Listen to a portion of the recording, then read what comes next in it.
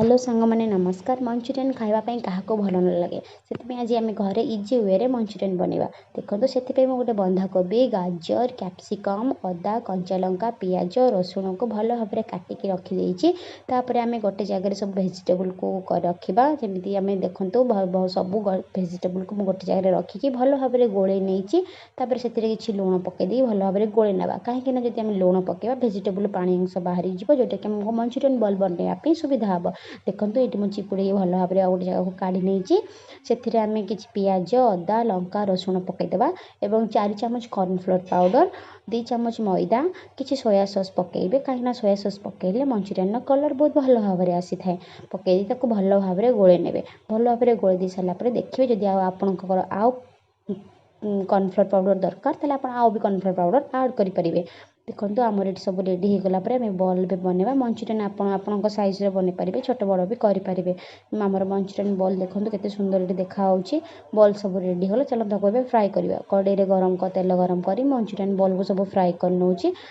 देखो आमर सब तो मंचूरियन बॉल फ्राए हो गला आपको जब मो भिडियो भल लगी आप निश्चय शेयर और सब्सक्राइब करेंगे और भिडियो को शेयर करेंगे। तापर देखो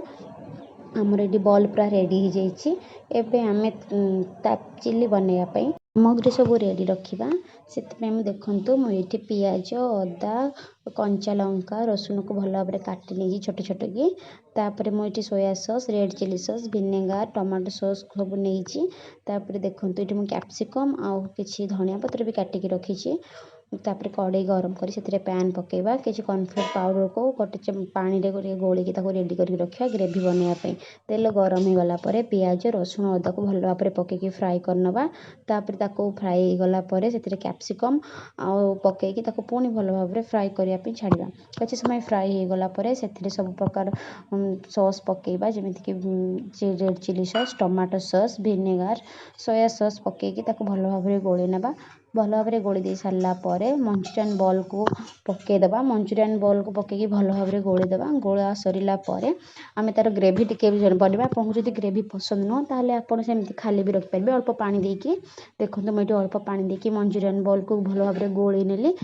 जो कॉर्नफ्लोर पाउडर को गोलिकी रखी पकईदेली। देखो आम ये मंचूरियन रेडी हो जाए आपण मैंने घर निश्चय ट्राए करी मत कमेंट करे जनइबे। Thank you.